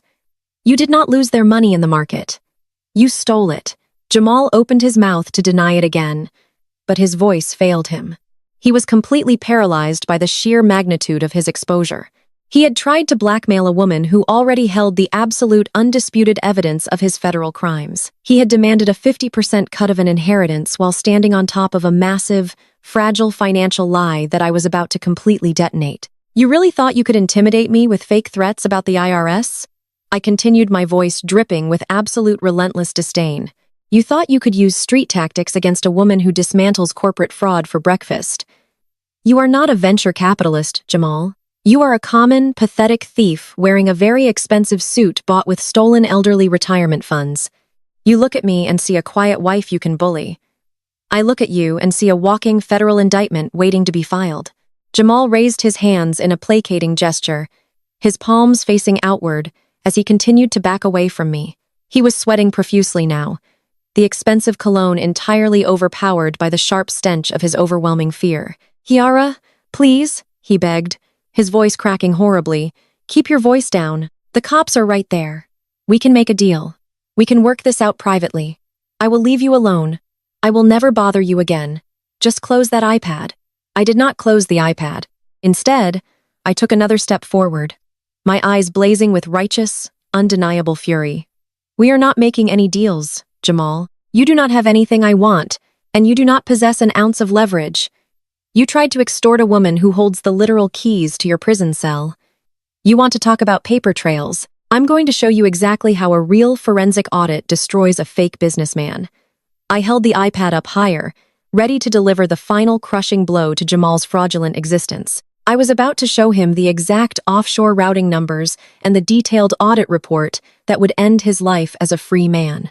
I held the iPad up higher, ready to deliver the final crushing blow to Jamal's fraudulent existence. I was about to show him the exact offshore routing numbers and the detailed audit report that would end his life as a free man. I tapped the screen once more, opening a heavily encrypted file marked with a bright red warning label. Jamal stared at the glowing glass, his eyes wide and unblinking. I swiped down to the very first transaction record. Look closely, Jamal. I instructed, my voice unwavering and completely devoid of mercy. Do you recognize this specific routing number? This is the primary business checking account for the First Baptist Church of Atlanta. This is the exact location where the hard-working middle-class families of this community deposited their hard-earned money. They trusted you. They believed your smooth-talking, charismatic presentation about empowering young Black men and women through innovative financial technology. You stood at that pulpit wearing a custom-tailored suit just like the one you have on right now, and you promised them generational wealth. You promised them a better future. Jamal swallowed hard. A thick, heavy bead of sweat rolled down the side of his face, soaking immediately into his starched white collar. You do not understand how venture capital works, Kiara. He choked out his voice, barely a weak, raspy whisper. There is always a high level of risk involved in these types of emerging markets. I fully disclosed the risk factors in the investment prospectus. It was just a highly volatile market cycle. The crypto tokens crashed. I let out a sharp, humorless laugh that cut right through his pathetic lies. There was no market cycle, Jamal. There was no overarching investment strategy. You never bought a single cryptocurrency token. You never invested in any decentralized finance projects. From the very second that $250,000 hit your corporate account, you began aggressively siphoning it away. I swiped to the next page on my iPad, bringing up a complex web of highly detailed financial flowcharts. I highlighted a specific transaction path in bright, unmistakable yellow. Here is your volatile market cycle, I said, pointing directly to the illuminated screen. On October 12th, you transferred $50,000 from the church scholarship fund into a fake shell company registered in Delaware. 3 days later, you wired that exact same amount to a hidden offshore bank account in the Cayman Islands. And 24 hours after that, those exact funds were deposited directly into a high-stakes, entirely unregulated sports gambling syndicate based out of Macau. You did not invest their money, Jamal. You gambled it away. Jamal flinched violently, as if I had physically struck him across the face. He looked frantically over his broad shoulder. The two Atlanta police officers were still standing near their parked cruiser at the end of the driveway, completely unaware of the massive federal financial crime being exposed just 50 feet away. "Keep your voice down," Jamal pleaded, his large hands trembling as he reached out instinctively, trying to cover the glowing screen of my iPad. "I will pay it all back. I just need a little more time to liquidate some private assets. I had a bad run at the betting tables, but my mathematical system is totally solid. I can win it all back. I swear to you, Kiara. Just give me 1 month to make the accounts whole." I aggressively swatted his trembling hand away from my device. "You do not have any assets to liquidate, Jamal. You are a complete and total fraud. You stole $250,000 meant for black youth scholarships right here in Atlanta. And you blew every single penny on rigged basketball games and illegal horse races. You literally stole the bright futures of dozens of brilliant kids to feed your pathetic, disgusting gambling addiction down the street." Tasha finally stopped crying over her repossessed luxury vehicle. She wiped her mascara-stained eyes and noticed her husband cornering me against my car. Tasha stumbled up the brick pathway, her designer heels clicking unsteadily on the pavement. She looked at Jamal, her face a picture of absolute bewildered confusion. "Jamal, what is going on?" Tasha demanded, her voice shrill and extremely demanding. "Why are you begging her? Tell the police to arrest her right now. She just stole my car. Do something to fix this mess immediately. You are a powerful investor. Act like one." Jamal did not even look at his wife. He was completely consumed by the sheer suffocating terror of his impending federal indictment. He kept his dark eyes locked onto my face, silently, begging for a mercy he absolutely did not deserve. I turned my attention to Tasha, offering her a cold, calculated smile. "Your husband cannot fix anything, Tasha. He cannot even fix his own miserable life. You thought you married a brilliant tech investor who was going to elevate you to the very top of Atlanta high society.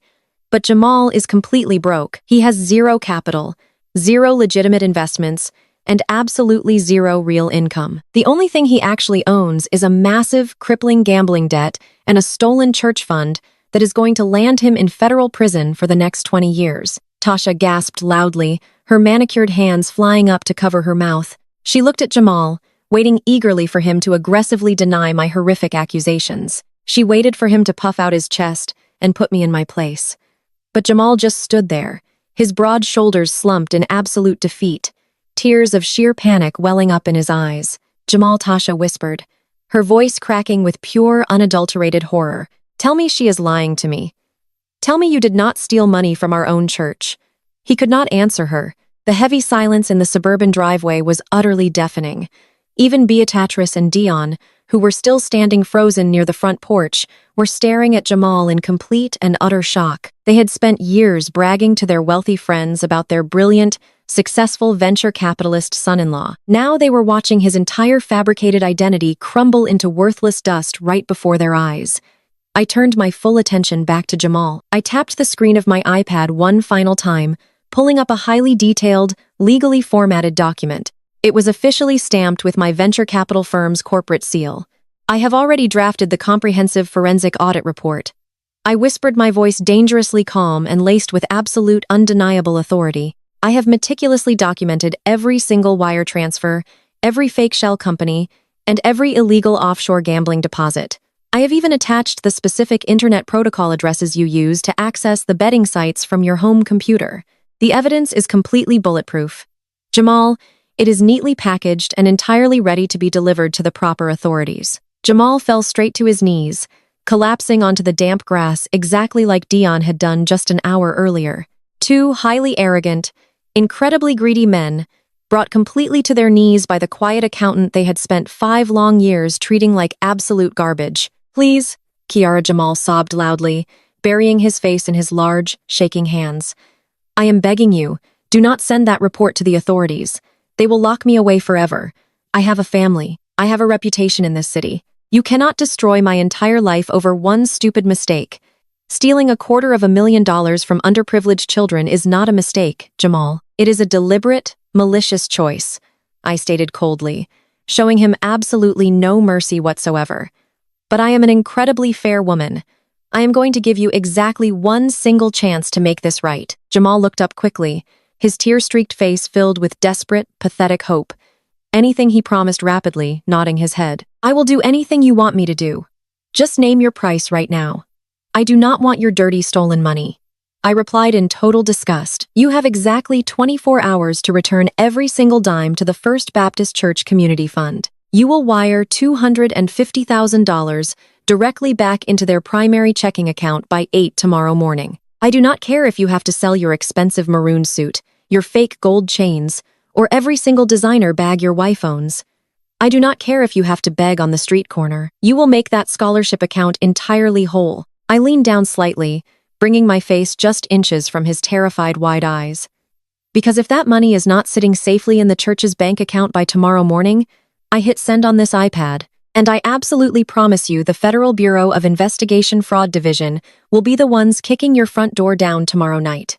They do not send local patrol cars for federal embezzlement cases, Jamal. They send armed tactical teams. Jamal turned incredibly pale, a sickly, ghostly shade that made him look like he was about to pass out right there on my driveway. He nodded his head frantically, completely unable to form actual coherent words. He scrambled backward on the damp grass, terrified to even remain in my immediate physical presence. He stumbled clumsily to his feet, grabbing Tasha roughly by the arm. Come on. Jamal barked, his voice panicked and frantic. We are leaving right now. We have to go. Tasha tried to resist digging her expensive designer heels into the asphalt. But where are we going? She shrieked, still crying over her repossessed luxury vehicle. How are we getting home today? My car is gone. We do not have a ride. I do not care.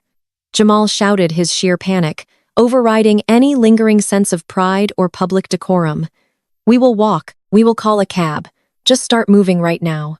He practically dragged his screaming, thoroughly humiliated wife down the pristine suburban street, fleeing from my property as fast as his legs could carry him. They did not look back. They did not say goodbye to Beatrice or Dion. They just ran completely desperate to escape the devastating reality of their impending federal ruin.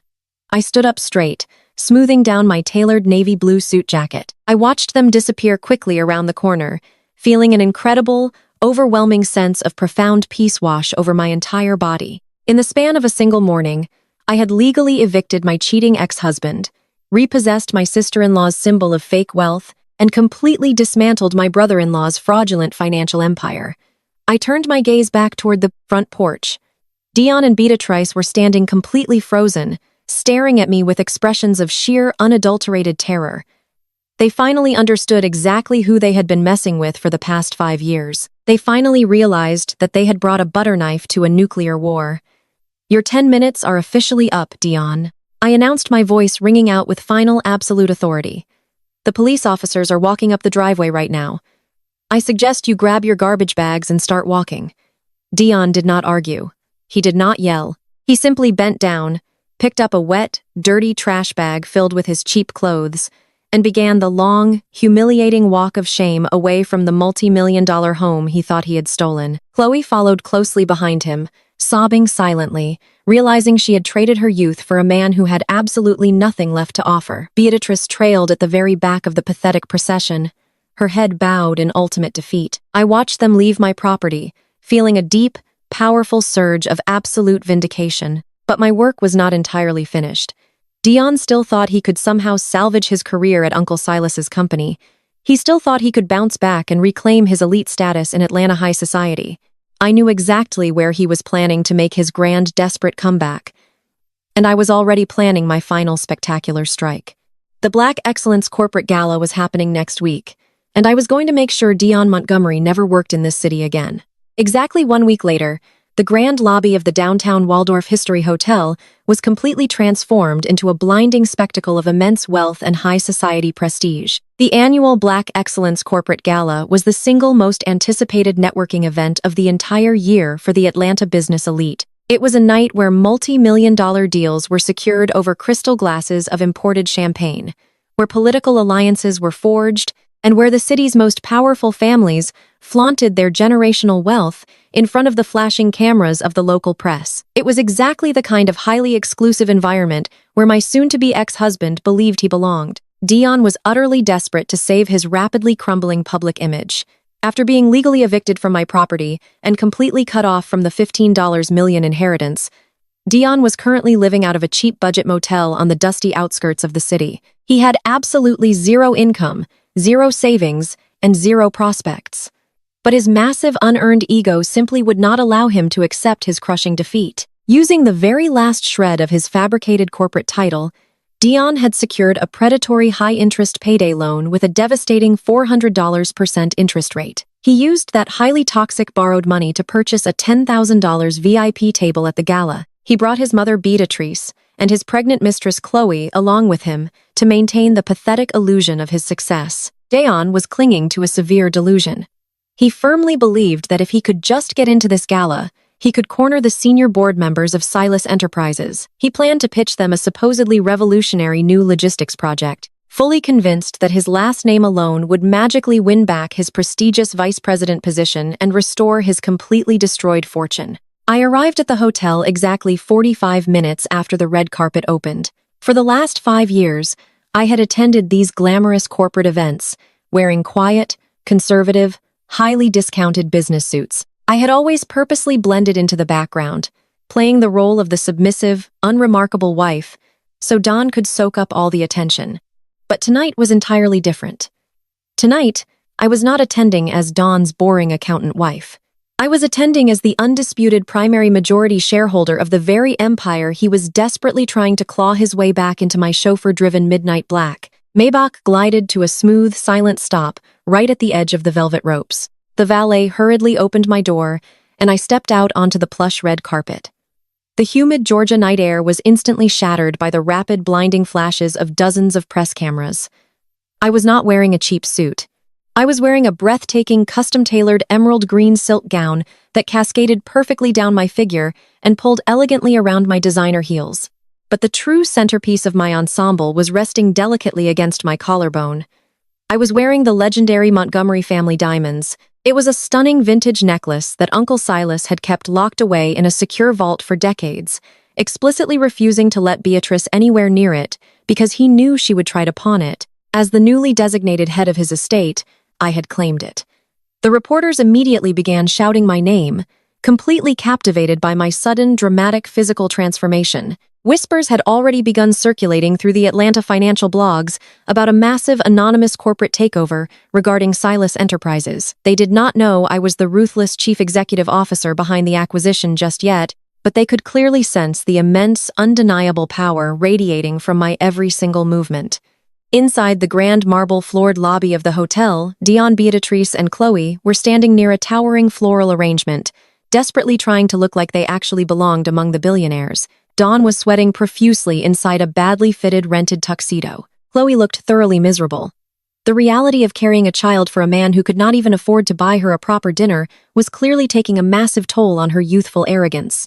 She rubbed her swollen belly, glaring enviously at the wealthy women walking past her. Beatrice, however, was trying her absolute best to project the image of a dominant, untouchable matriarch. She was wearing a heavily beaded silver couture gown that she had obviously rented from an exclusive boutique. I knew for an absolute fact that the rental deposit alone had likely maxed out her very last functioning credit card. She stood with her chin held obnoxiously high, aggressively scanning the lobby for anyone important she could try to manipulate. That was the exact moment the heavy brass doors of the hotel opened, and I walked confidently into the grand lobby. The immediate shift in the room's energy was palpable. Businessmen and socialites turned their heads, their conversations dying down as they admired my custom gown and the brilliant, blinding sparkle of the Montgomery family diamonds. Beatrix's eyes locked onto me, and the color instantly drained from her heavily powdered face. Her jaw dropped open in pure, unadulterated shock. She recognized the diamond necklace immediately. The jewelry she had begged her brother to give her for 30 years was now resting comfortably against my skin. The sheer overwhelming jealousy that twisted her facial features was absolutely glorious to witness. Dion spotted me a second later, his hands balled into tight shaking fists at his sides. Seeing me radiating wealth and ultimate authority while he was suffocating under a mountain of payday loan debt was a direct psychological blow to his fragile masculinity. Beatrice quickly grabbed Chloe by the arm, her long fingernails digging sharply into the younger woman's flesh. Beatrice whispered something frantic and aggressive into Chloe's ear. Chloe's eyes darted toward me, narrowing with toxic, bitter resentment. She nodded her head, her face hardening with malicious intent. They thought they could still break me. They thought they could embarrass me in front of the Atlanta press corps and ruin my spectacular entrance. They wanted to drag me right back down to their pathetic, miserable level. I continued walking gracefully across the polished marble floor, making my way toward the massive gilded entrance of the main ballroom. I kept my posture perfectly straight, my expression entirely serene. Beatrice and Chloe deliberately stepped directly into my path, effectively blocking my access to the ballroom doors. Beatrice crossed her arms, trying to block my progress with her rented silver gown. "What are you doing here, Kiara?" Beatrice hissed, her voice trembling with barely contained venomous rage. "You do not belong at a gala like this. You are an absolute fraud. And take off that necklace right now. That jewelry belongs to the Montgomery bloodline. You have absolutely no legal right to wear Silas's diamonds." I did not stop walking. I simply slowed my pace, offering my former mother-in-law a cold, thoroughly amused smile. "I have every legal right, Beatrice. I own the estate. I own the assets. And most importantly, I own the vault. You are just upset because Uncle Silas knew you would sell these beautiful diamonds to pay off your embarrassing country club debts." Chloe suddenly lunged forward. She grabbed a massive, oversized crystal glass of dark red Cabernet from a passing waiter's tray. Her eyes locked onto my emerald green gown with pure, destructive hatred. "Oops!" My foot slipped, Chloe announced loudly faking a clumsy, dramatic stumble. She violently thrust her arm forward, intending to launch the entire glass of dark red wine directly at the center of my chest. She wanted to ruin my custom silk dress. She wanted to humiliate me in front of the dozens of reporters and photographers who were currently making their way into the hotel lobby. She wanted to leave me dripping in sticky red wine, looking like a total victim. But Chloe was young, impulsive, and incredibly predictable. As a forensic accountant, my entire career was built on anticipating the erratic, desperate actions of cornered criminals. I had spent years analyzing the aggressive body language of this toxic family. I saw Chloe's shoulder muscles shift a full second before she even began to throw the glass. I did not flinch. I did not scream. I simply executed a swift, graceful, perfectly calculated side-step to my right. The heavy splash of dark red wine missed my emerald gown entirely. The liquid sailed harmlessly past my shoulder, flying directly into the space I had just vacated. The wine crashed violently into Beatrice. A deafening, horrified gasp echoed through the crowded lobby. The full glass of deep red Cabernet completely drenched the front of Beatrix's expensive, rented silver couture gown. The dark liquid splashed violently against her chest, soaking immediately into the delicate, intricate beadwork and rapidly spreading down the front of her expensive dress in a massive, ugly, dark purple stain. Beatrix stood completely frozen in absolute shock. The cold wine dripped from the expensive silver fabric, pooling onto the pristine marble floor around her designer shoes. Her carefully constructed image of high society perfection was instantly permanently destroyed in front of the most powerful people in the city of Atlanta. Chloe gasped, dropping the empty crystal glass onto the floor where it shattered into a dozen jagged pieces. She covered her mouth with her hands, staring in sheer terror at the catastrophic damage she had just inflicted on her own future mother-in-law. I stood perfectly still, looking at the two of them, with an expression of mild, detached amusement. The flashing cameras of the local press corps immediately swiveled in our direction, rapidly capturing every single humiliating second of Beatrix's wine-soaked disaster. The photographs of her ruined rented dress would be plastered all over the corporate social blogs by morning. I let out a soft, elegant laugh that cut right through the shocked silence of the lobby. I casually signaled a nearby waiter pulling a crisp white linen napkin from his silver tray. I gently tossed the napkin, letting it flutter down to land right at Beatrix's wine-soaked feet. "Careful, Beatrice," I warned her, my voice carrying a sharp, lethal edge of pure mocking delight. "I hear the dry cleaning fees for heavily damaged rented couture are incredibly steep." I certainly hope Dion's high-interest payday loan has enough funds left over to cover your massive security deposit. Beatrice let out a strangled, pathetic sob of total humiliation. She crossed her arms over her chest, desperately trying to hide the massive red stain, but it was completely useless. The entire lobby was staring at her, whispering and pointing at the absolute mess she had become. Dion finally pushed his way through the crowd, his face burning red with embarrassment, as he realized his mother and his mistress had just turned his family name into a public laughingstock. I did not wait for Dion to speak. I did not give them another second of my valuable time. I simply turned my back on their pathetic, self-inflicted disaster. I adjusted the sparkling Montgomery diamonds resting against my collarbone and strode confidently through the gilded doors and into the grand ballroom, leaving them completely humiliated, deeply in debt, and standing in a literal puddle of their own toxic failures. The grand ballroom of the Waldorf Historie was a masterclass in unapologetic opulence.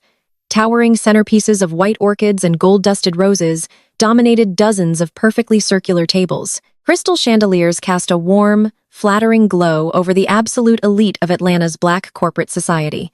Billionaires and media moguls mingled, securing deals between sips of vintage champagne. I slipped through the gilded doors and blended into the shadows. As a forensic accountant, I learned that the most valuable information is gathered when your target believes they are unobserved.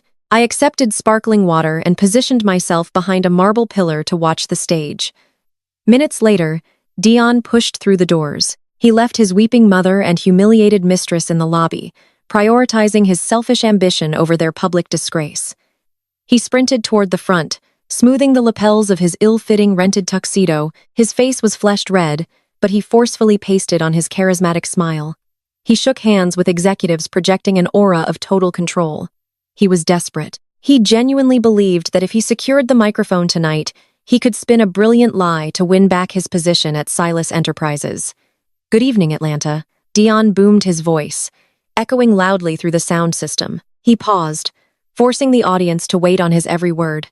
"I stand before you tonight, not just as a businessman, but as a grieving family member. As many of you know, my beloved Uncle Silas passed away recently. He was a pioneer for Black excellence in commercial real estate. Most importantly, he was my mentor. He taught me everything I know about leadership vision and corporate ruthlessness. I stood by his side for years, absorbing his genius, preparing for the day when I would carry the massive weight of the Montgomery family legacy on my shoulders. I stood behind the pillar, disgusted by his fabricated narrative. Don never stood by Uncle Silas for anything other than asking for an advance on his trust fund. Yet here he was, expertly weaponizing his uncle's death to garner sympathy from wealthy investors. It was a masterclass in narcissistic manipulation. Dion pressed a hand to his chest in a sickening display of fake emotion. "The last few weeks have been difficult for my family." He continued, his tone shifting into a practiced cadence. "We faced unexpected legal hurdles. We dealt with vicious attacks from bitter outsiders who tried to steal our hard-earned wealth during our most vulnerable moment. But the Montgomery bloodline is unbreakable. We rise to the occasion. And tonight I am thrilled to announce that Silas Enterprises is not just surviving my uncle's passing. We are expanding." A ripple of intrigued whispers moved through the ballroom. The wealthy investors leaned in, genuinely piqued. Dion smiled, feeding off their greedy curiosity. He released his grip on the podium and paced across the stage, gesturing broadly. He was putting on the performance of a lifetime fueled by a high-interest payday loan and sheer desperation. "Under my direct leadership, Silas Enterprises is launching a revolutionary logistics technology initiative," Dion proclaimed proudly. "We are completely digitizing the entire supply chain network across the Southeast. We are integrating advanced artificial intelligence to optimize our commercial properties, reducing overhead waste by 40%. This is a total disruption of the Atlanta real estate market. I have personally overseen the development of this proprietary software, and I am ready to lead our company into a bold new era of staggering profitability." I had to cover my mouth to stop myself from laughing. The revolutionary project he pitched was not his idea. I drafted that exact proposal 2 years ago when Uncle Silas hired me to audit the company's outdated routes. I created the financial models.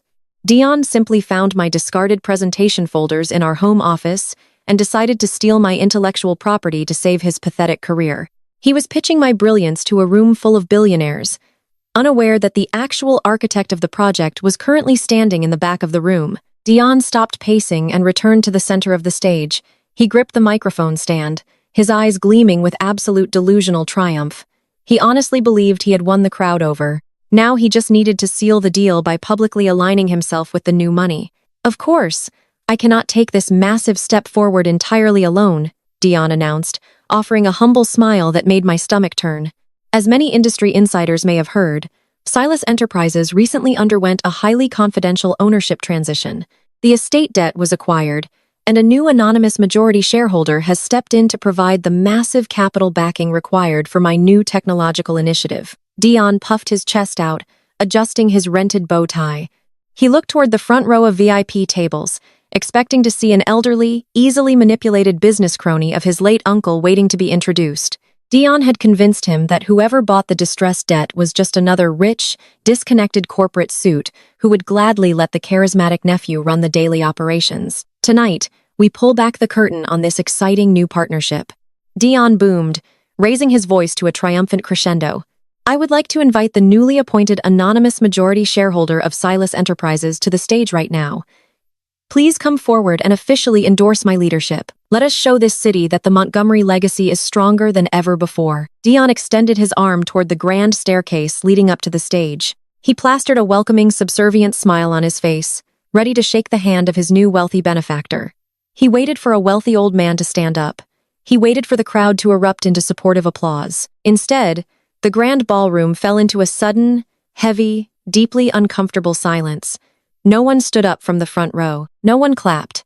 The wealthy elite simply looked around, waiting for the mystery investor to reveal themselves. At the very back of the room, I gave a sharp, subtle nod to the audiovisual director standing in the sound booth. I had paid him a generous, untraceable cash bonus exactly 1 hour before the gala began. The director immediately hit the main lighting board. The bright ambient chandeliers illuminating the ballroom suddenly dimmed into darkness. A powerful, brilliant white spotlight snapped on, slicing through the darkness and hitting the heavy gilded doors at the very back of the room. A dramatic, heavy instrumental track swelled through the massive speakers, replacing the soft jazz with a powerful cinematic beat. The entire crowd of hundreds of Atlanta's most elite power players turned their heads simultaneously following the blinding beam of the spotlight. I stepped out from behind the marble pillar and walked directly into the center of the brilliant white light. The emerald green silk of my custom designer gown shimmered spectacularly, catching the illumination and reflecting it back into the darkened room. The vintage Montgomery family diamonds resting heavily against my collarbones sparked like pure fire. I kept my head held high, my posture perfectly straight, radiating the absolute terrifying power of a woman who held their entire financial world in the palm of her hand. I began my slow, deliberate walk down the center aisle of the grand ballroom. The silence in the room was absolute. You could hear the sharp, rhythmic clicking of my designer heels hitting the polished floorboards. The billionaire tech founders, the ruthless developers, and the legacy media mogul parted like the Red Sea, creating a wide, unobstructed path for me to approach the stage. They stared at me with wide eyes, completely captivated by the sheer magnitude of my presence. I kept my eyes locked entirely on the stage. Dion was standing at the acrylic podium. The welcoming smile had completely vanished from his face, replaced by a look of sheer, unadulterated horror. His dark eyes were bulging out of his head, his mouth hung wide open, gasping for air that his lungs refused to process. He recognized the emerald gown. He recognized the unmistakable sparkle of his uncle's highly guarded diamonds. He recognized the confident, lethal posture, and he finally recognized the woman wearing them. The quiet accountant he had mocked was coming to claim her throne. His hands began to shake violently. The heavy, expensive wireless microphone slipped right through his sweaty, trembling fingers. The microphone hit the hard wooden stage with a deafening, piercing electronic screech that echoed painfully through the silent ballroom. It rolled slowly across the floor, coming to a stop right at the edge of the stage. Dion took a staggering step backward, his legs completely giving out beneath him. He grabbed the acrylic podium to stop himself from collapsing, his knuckles turning pure white. He looked at me walking down the aisle, completely surrounded by the most powerful people in the city, and he finally realized the catastrophic depth of his miserable failure. I did not slow my deliberate pace as I reached the carpeted steps leading up to the main stage. The heavy, suffocating silence in the grand ballroom remained absolute. Hundreds of the most powerful corporate executives, real estate developers, and legacy media mogul in Atlanta simply stared at me, their breath caught in their throats. They watched with undeniable fascination as I effortlessly ascended the stairs, the emerald green silk of my custom gown flowing behind me like liquid glass. Dion was completely paralyzed. He stood frozen behind the clear acrylic podium, his broad shoulders hunched forward in absolute defeat. The arrogant, boastful man who had proudly stood in front of this elite crowd just moments ago was entirely gone. In his place stood a terrified, pathetic fraud. Sweat poured down his forehead, soaking into the collar of his rented tuxedo. He looked like a man who had just been ordered to step up to the guillotine. I walked directly past him without offering him a single glance.